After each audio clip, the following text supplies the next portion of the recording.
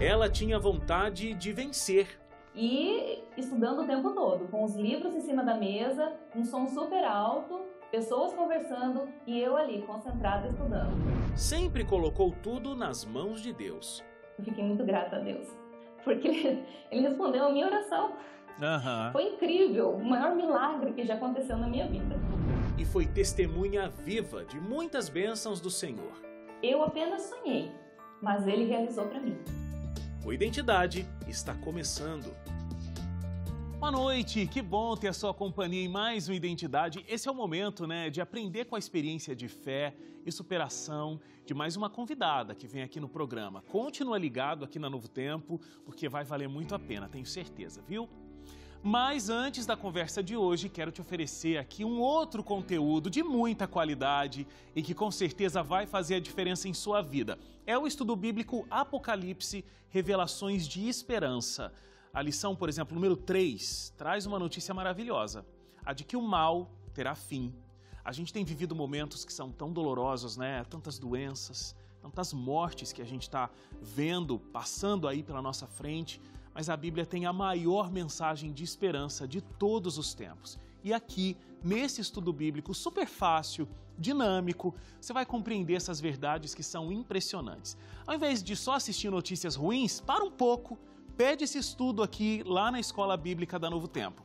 Você vai ligar no horário comercial para 0 operadora 12 2127 3121. 0 operadora 12 2127 3121.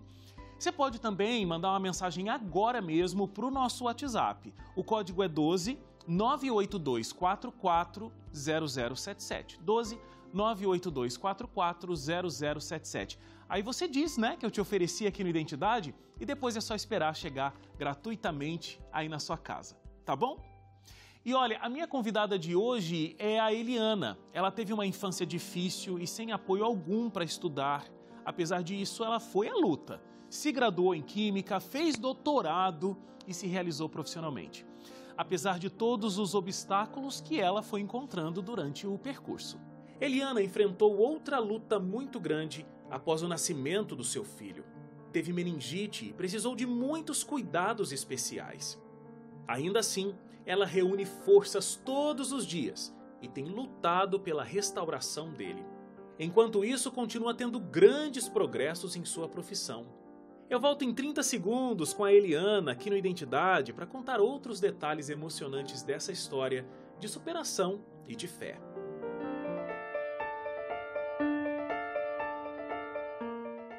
De volta à Identidade e a Eliane está aqui com a gente. Oi, Eliane, boa noite.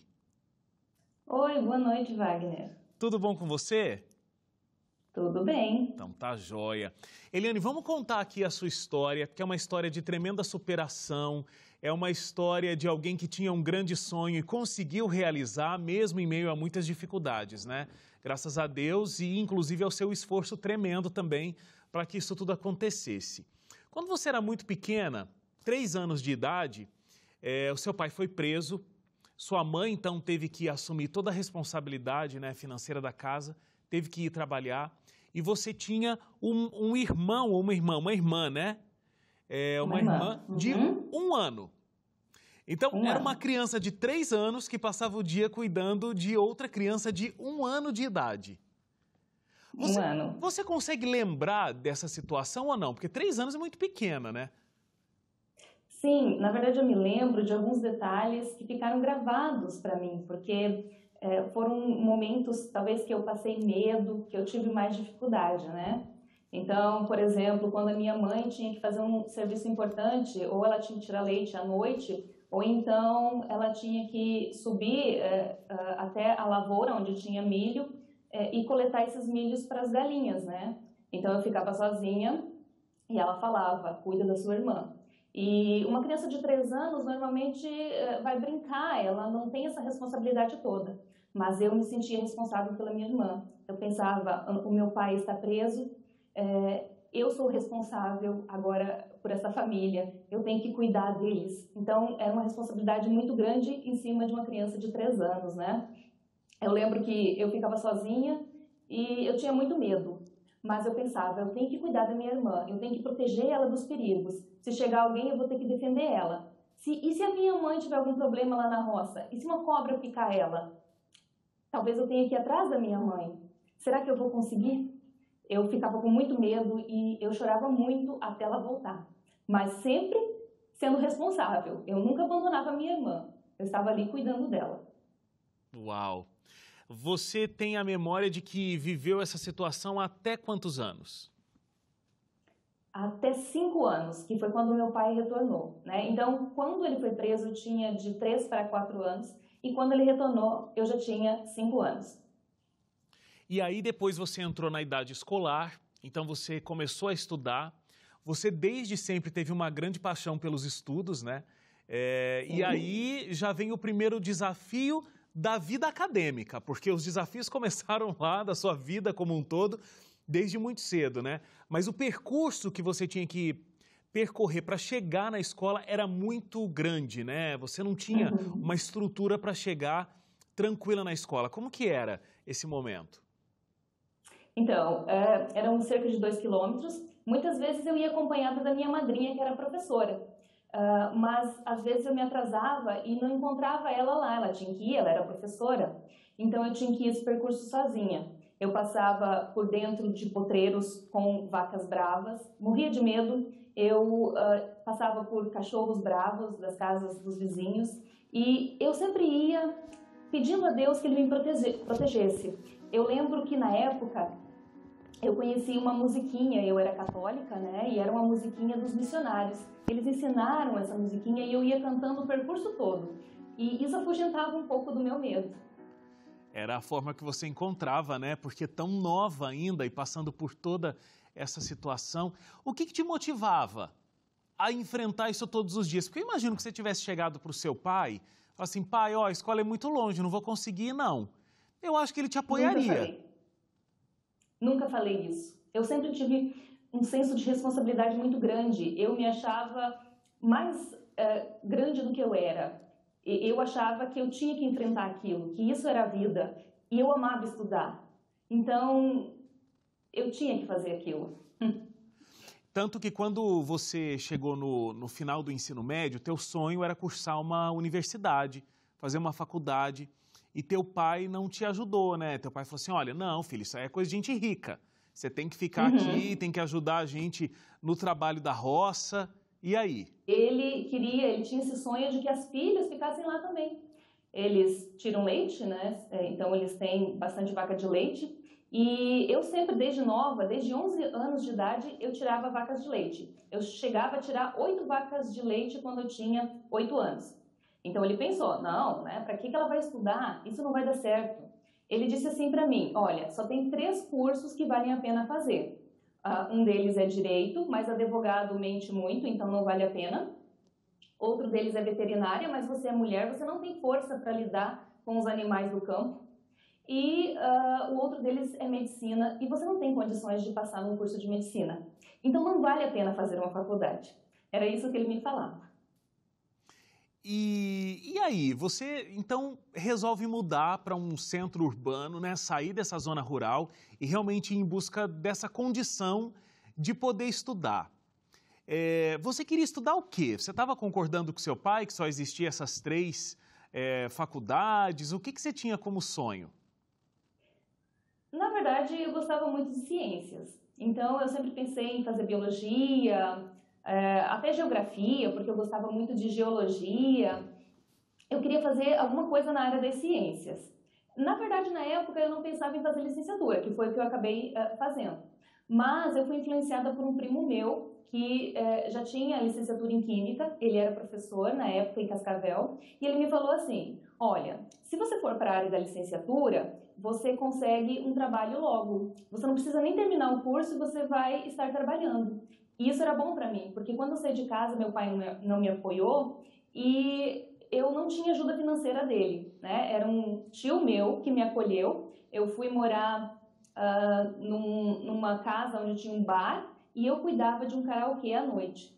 Então eu comecei os meus estudos cuidando deste karaokê, chamando as pessoas para cantar, né, e anotando as músicas lá. E enquanto isso, eles cantavam e eu estudava. tempo todo estudando. Agora, não deu muito certo, né? Você não conseguiu entrar numa universidade. Mas e aí, você de repente pensou em voltar para a casa dos seus pais? Você falou, bom, não deu certo isso, mas eu vou conseguir outra coisa. Como é que você se reorganizou? Isso, então, no primeiro momento, né, antes de ir trabalhar com esse meu tio no bar, eu fui para Joinville, porque meu pai falou que lá eu ia conseguir trabalhar numa indústria, então eu ia conseguir pagar a faculdade, já que eu queria tanto. Só que eu fui para lá e fiquei muito desanimada, eu não consegui trabalho em indústria, eu fui trabalhar de babá e não deu certo também, e daí eu acabei voltando. Foi aí que eu fui parar em Cascavel. E aí lá sim, lá eu comecei a estudar, minha tia apoiou bastante, eu devo muito a essa minha tia, né, que me acolheu, e eu passei.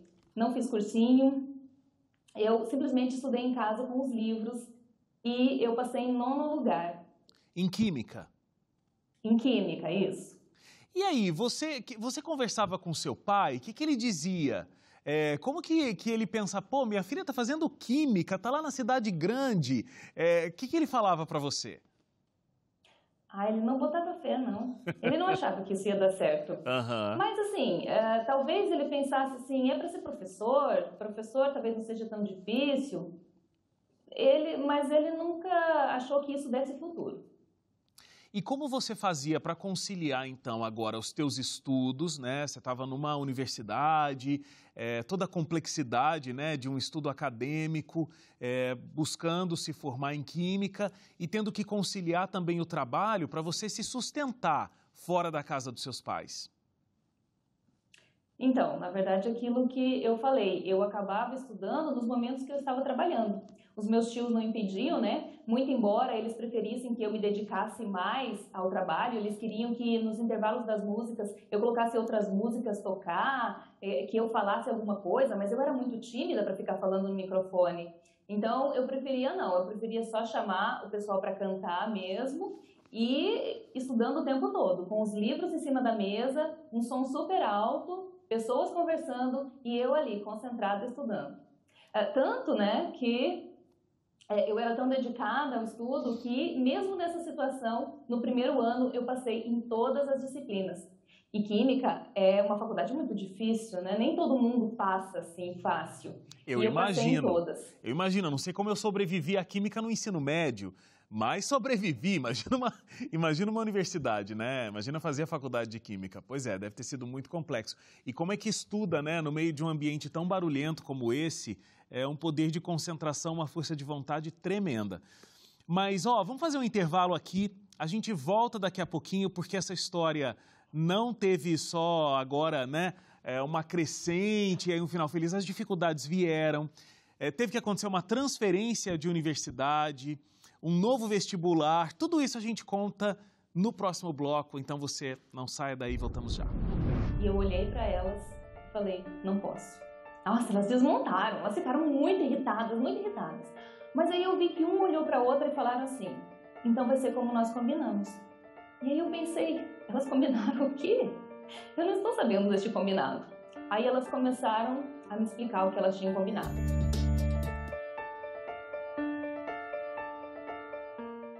De volta aqui ao Identidade, a gente está acompanhando aqui a história da Eliane, uma grande história de superação. Ela tinha o sonho de estudar, foi buscar realizar esse sonho, mesmo em meio a dificuldades. E cada fase acadêmica teve a sua dificuldade. Lá no início, uma distância tremenda para ser percorrida, para ela chegar à escola, morando numa área rural, sem qualquer condição, mas nunca reclamou, foi para cima, conseguiu fazer isso. Teve que se mudar para a cidade grande, enfrentou vários desafios antes de conseguir ingressar na faculdade e agora estava estudando e trabalhando. E estudava lá enquanto estava trabalhando, no meio da barulhada, porque ela trabalhava num bar que tinha um karaokê e tinha que estudar ali naquelas condições. Agora, Eliane, a situação começa a ficar mais complexa, eu não sei exatamente os detalhes, mas o seu pai sugere que você volte a morar com a sua irmã numa outra cidade. E aí você, mais uma vez, né, estava tendo que tomar conta da sua irmã, assim como lá, quando tinha 3 anos de idade. Você teria que deixar o curso que você já estava conquistado, tinha que deixar o seu trabalho e recomeçar a vida num outro local, inclusive fazer um novo vestibular. Como é que foi isso? Você questionou essa decisão, esse pedido do seu pai? O que você fez, então, a partir daí, para conseguir retomar a busca pelo teu sonho? Eu aceitei, porque eu achei interessante a ideia de estar com a minha irmã. E a universidade também é muito boa, então eu acabei indo, né? Então, em 2007, eu passei a morar em Ponta Grossa. Então, a situação não se complicou, a situação melhorou, na verdade, né? Porque você ia ter mais condição de estudar, mais tempo, a condição seria melhor lá perto da tua irmã. Sim, com certeza. Aí eu não precisaria mais trabalhar, era só estudar, né? Apesar de que eu ia ter que viver com muito pouquinho, porque o que meu pai mandava pra gente mal dava o café da manhã, né? Mas isso não me importava. O meu sonho era maior do que condições financeiras. Eu sabia que o futuro ia ser melhor, né? Então eu agarrei essa oportunidade. Eu fui para Ponta Grossa, não consegui a transferência logo que eu cheguei na cidade. Aí eu fiquei um ano inteiro estudando de novo para o vestibular e passei de novo. E aí você então começou de novo a faculdade de Química? Química de novo, licenciatura em Química. Química de novo. Bom, você conseguiu realizar o sonho da sua graduação, terminou a faculdade, já também fez um mestrado e aí estava em busca de emprego. Veio uma frustração nesse momento, você tentou um concurso público e não conseguiu entrar, né? Depois de tanta vitória, tanta conquista, não consegui essa pequena vírgula aí da história. Como foi? Eu tentei entrar no doutorado, mas também é bastante difícil, bastante concorrido. Estava difícil de eu conseguir. E eu tinha feito um teste seletivo para ser professora da UEPG, professora contratada. Então, eles fazem um teste e você fica dando aula por 2 anos. E tinha 2 vagas, mas eu fiquei em 3º lugar. Então, eu também não tinha conseguido isso, né? Aí, novamente, eu fui tentar o doutorado em Curitiba, na Federal de Curitiba. Falei com uma professora, ela falou que existia a possibilidade de uma bolsa, e eu falei, eu vou tentar. Só que ela falou assim, eu preciso de uma planta, porque eu queria fazer doutorado em produtos naturais. Ela falou assim, me acha essa planta e a gente te encaixa aqui no curso de doutorado. Aí eu fui para minha sogra, que é ali perto. Eu fui lá porque ela mora no sítio e eu pensei, eu vou conseguir alguma coisa. Mas eu estava super desanimada. E eu me lembro de deitar no sofá dela e olhar um quadro de uns cavalos que tinha na parede. E lá tinha um verso bíblico, o Salmo 127, que dizia assim, aos seus amados ele dá enquanto dorme. E aí eu olhei para Deus, né, e falei, só se quando eu dormir, porque eu já tentei tudo. E eu tô sem esperanças.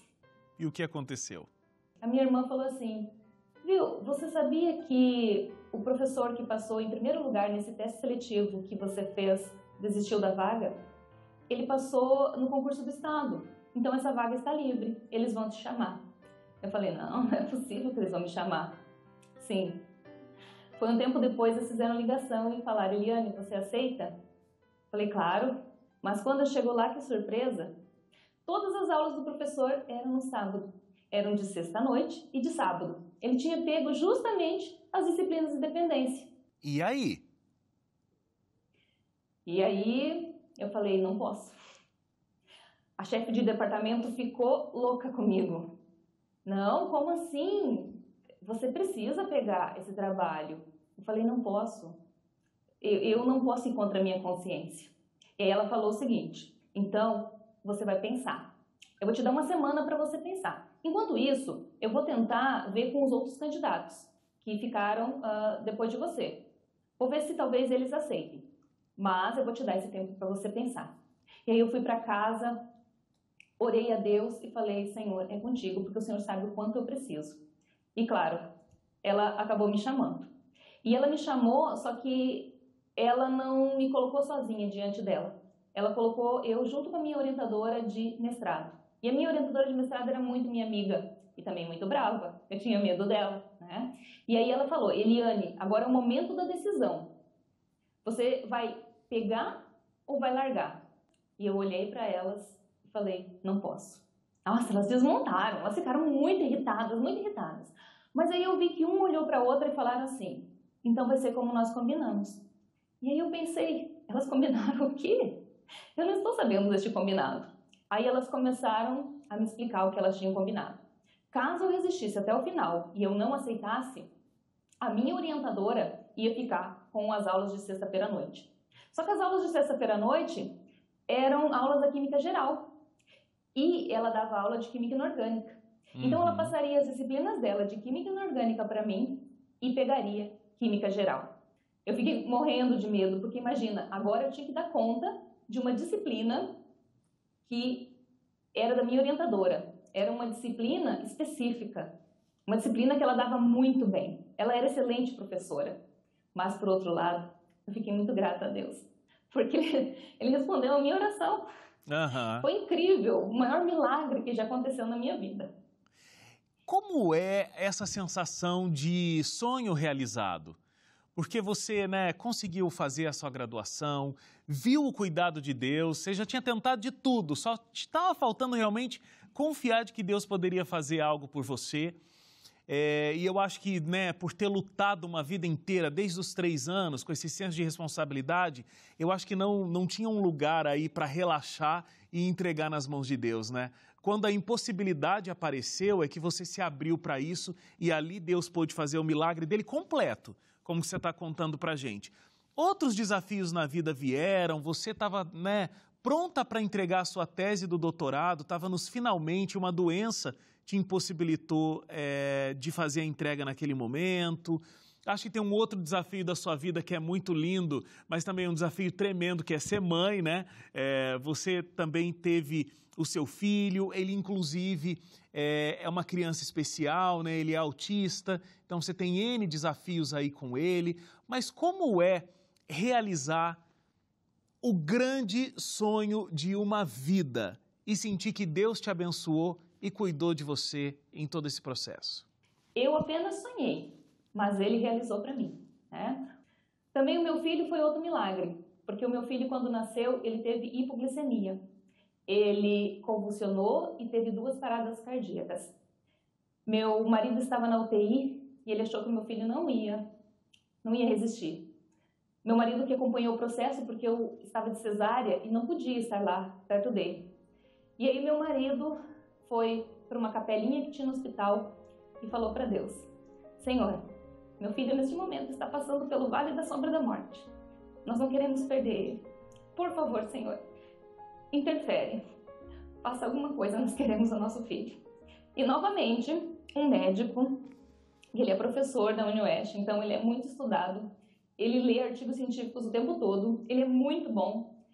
Ele tinha já aplicado 2 de adrenalina no peito dele e ele não tinha retornado. E ele lembrou de um medicamento que voltava a funcionar o fígado. E ele aplicou esse medicamento e meu filho reviveu. Meu filho está aqui comigo. Me falaram que ele teria sequelas desse processo todo, Mas hoje o que eu descobri é um autismo. E eu acho que esse é o menor dos problemas, porque autismo não é doença, autismo é uma condição. E existe tratamento. E com todas as lutas que eu já enfrentei na minha vida, essa é só mais uma luta, Enquanto a gente está aqui nessa terra, a gente passa por lutas. E nós temos que ter coragem para enfrentar. Às vezes a gente tem medo. Mas quando o medo vem, eu vou com medo mesmo. Porque eu sei que Deus é muito maior. Aquele que está comigo é muito maior do que todos os meus problemas. Ele é o dono da terra. Ele é dono de tudo. E você aprendeu isso desde muito cedo, Eu tô com medo, mas eu vou com medo mesmo. E com medo mesmo e sabendo que Deus está do lado, as coisas ficam muito mais fáceis. Elaine, eu queria agradecer muito pela sua participação.